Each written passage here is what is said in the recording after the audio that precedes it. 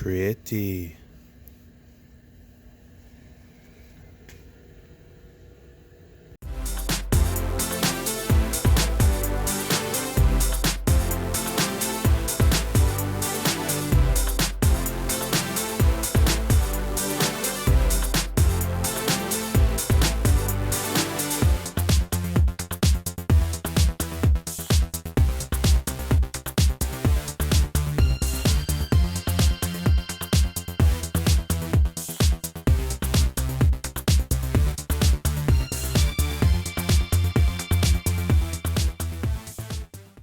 Welcome back to the channel.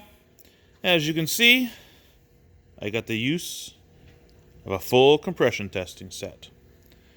So we're gonna pick out the parts we need to fit in these injector holes, which I'm pretty sure is this setup here.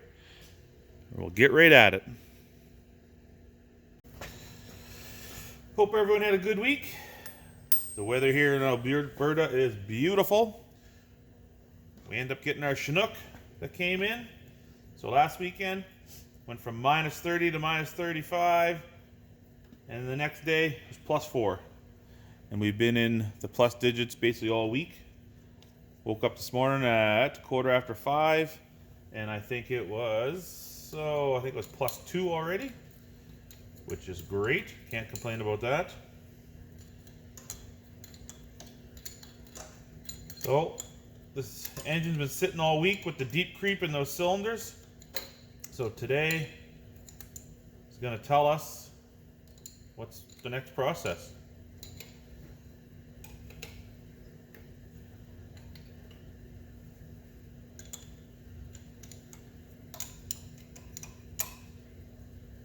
That went in there nicely, no problems.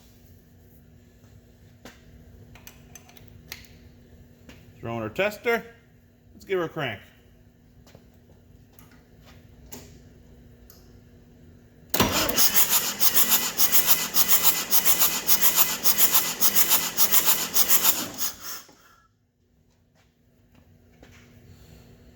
So we are just under 200 psi on this cylinder. I am going to check all 4 of them, but I'm pretty sure I know my game plan today.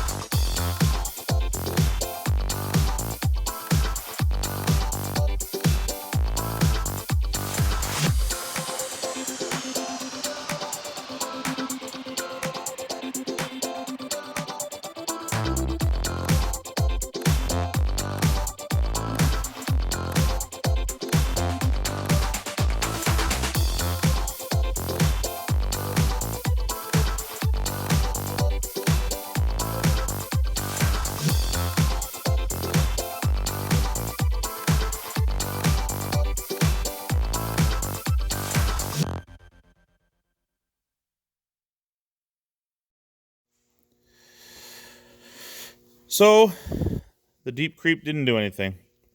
Every cylinder is exactly the same, just under 200 pounds. And we need to be, given the age of this thing, 415 would be ideal. So she's coming apart. Now there was a comment made on last video about using compressed air to chase the leak to find out where I'm losing compression at. Honestly, I'm not interested in doing that. Either way, there's only 2 places it can go: out the valves or out the rings. I know there's no leaks in the head gasket of any kind. There's no water coming out, no oil coming out. I've had this thing up to temperature. So if the heads are coming off, pistons are coming out, and everything is getting done. Valves getting done, cylinders getting honed, rings getting replaced, and pistons getting cleaned. So stay tuned. It's going to be a wild ride.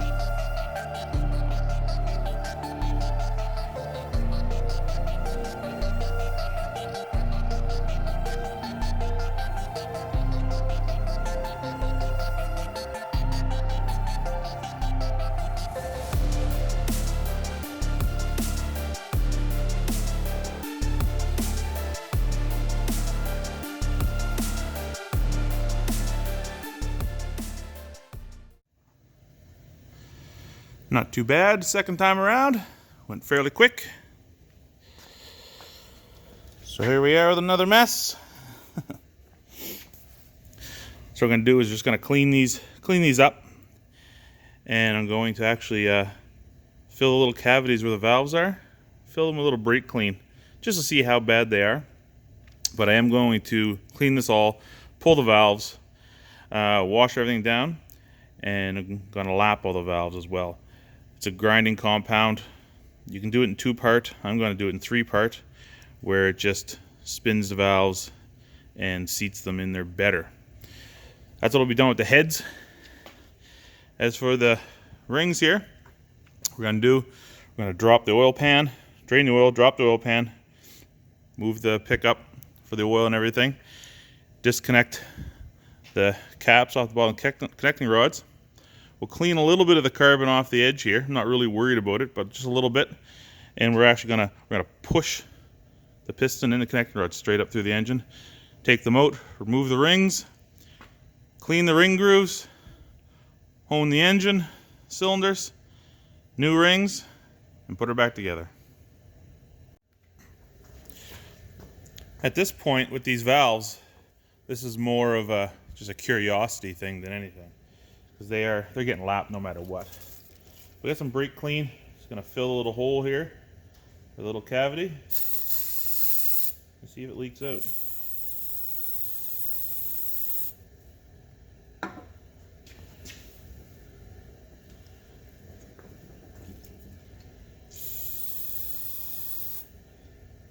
And it definitely is.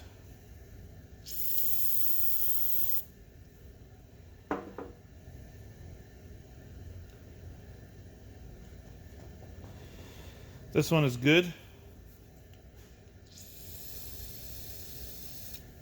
This exhaust valve is terrible. Check the intakes.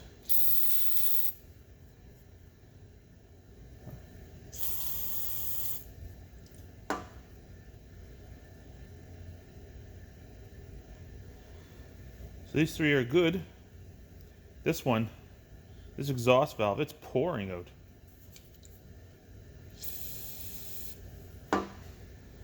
So, 2 things. We know every cylinder was low compression. We also know it was smoking a lot. So, with this cylinder, valves are obviously good, but rings are worn. This cylinder, I'm sure rings are worn, but also that exhaust valve is not closing.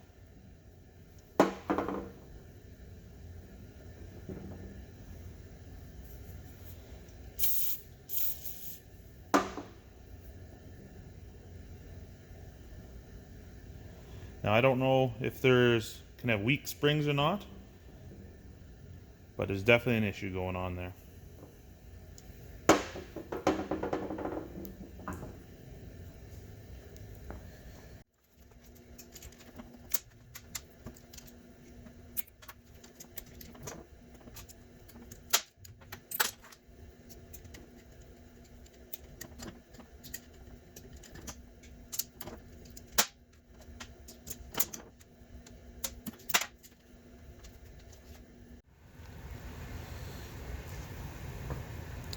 So now that the valves are out, I just gave this thing a quick wipe down, clean the valve seats a little bit, just rub them down with some brake clean and a rag, and I could see the exhaust valve here was giving a problem. I don't know if we can see it in here. It's hard to tell, but you can see right here at the edges there's pitting, or little check marks where it wasn't sealing completely. And if you look over here on this side as well, here there's a gap here that didn't seal completely. So we're going to lap the valves. It's a pretty simple process, really.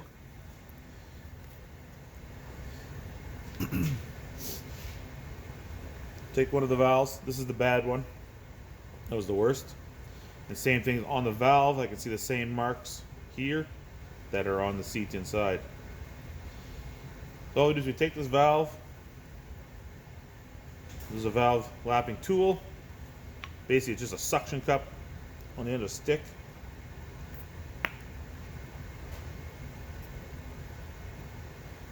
That holds the valve so we can work on it. We have this valve lapping compound, just like a grease with sand in it, or cutting abrasive. We're going to dab a little bit of it just around the edge of this valve. Then we'll put a little oil on the valve stem itself, and so it slides nice in the guide. Put it in, and we're just going to grind this back and forth. It'll start off as a really rough grinding sound, and it'll slowly smooth out, and then we'll clean it up, check our seat, see what it looks like.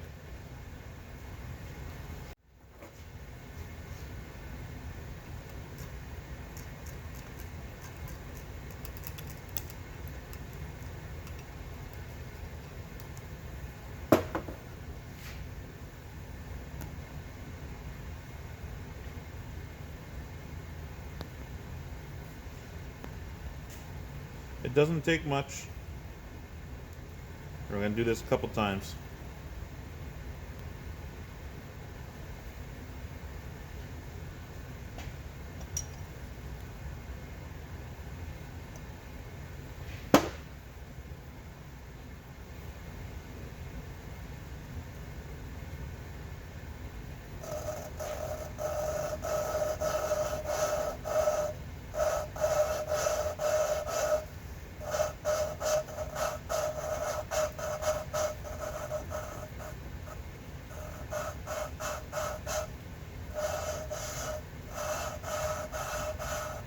Now sounding really smooth.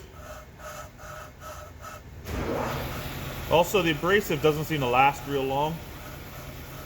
Kind of chews it up pretty quick.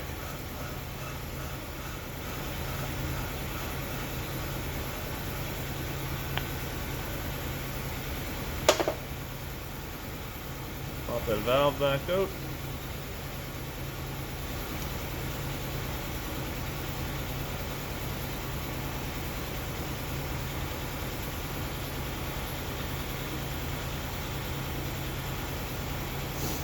Clean up both surfaces.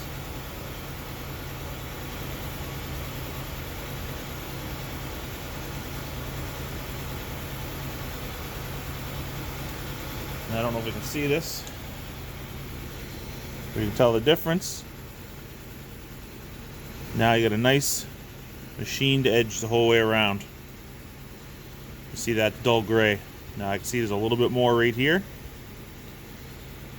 It needs to be done. You see the bottom edge of that valve is nice and clean now. So we'll do this one more time, then we'll carry on through with all the other valves.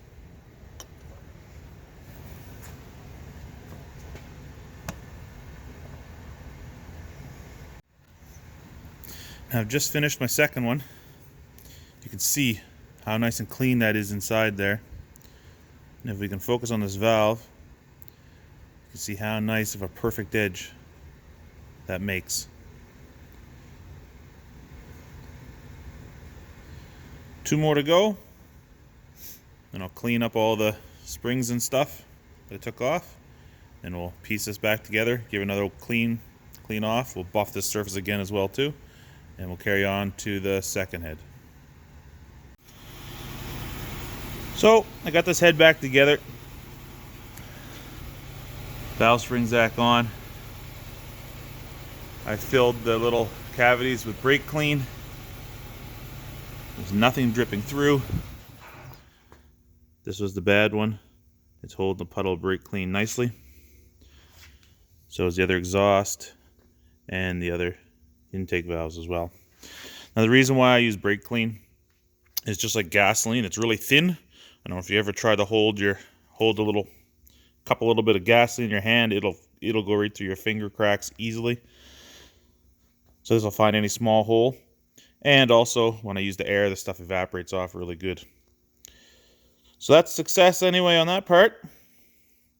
All valves are seated. No leaks. So clean this up. I'm going to buff this surface one more time. Put it aside. Then I'll do the second head. Won't worry about filming that. Same as the first. Unless there's a serious issue that I can bring to everyone's attention. But anyway, we'll be back in a bit. So both heads are done. Second one was same as the first. Exhaust valve's leaking. You can see the check marks on it. Got it all lapped up and good to go. Now I just pulled the drain plug to drain the oil out. I got to get the oil pan off, but I realized I have to take off this drag link. This is for the steering. Power steering rod comes down here, moves this cam. This arm, the drag link, is connected to the other tire, which makes them both turn at the same time. Just got to pull the cotter pin, take the cast nut off, knock that out. Then should be able to take all the bolts out of the oil pan and drop her down. Out of this whole job, the hardest thing so far is getting that out. Let me focus on what's left of this thing. There we go. She is ratched. The worst part is, on the parts manual, all it calls it is a nut. I know it takes 7/8 socket to take it off. Doesn't tell me the thread pitch. Doesn't tell me what size it's supposed to be. The tie rod end is okay. It's got a couple little dings on it because I did, you put the nut on to whack with a hammer. I beat on it for like 20 minutes and put heat to her, and it finally come off. I did get the other one off as well. The nut part anyway, the tie rod is still in there, cannot get it to budge. I have to clean this up the best I can to put it back on so I can use it to hit the other one out. But this is becoming a problem. I went online. I can't find where it says those tie rods are available, or I would just cut it off. So I'm going to work at her a little more.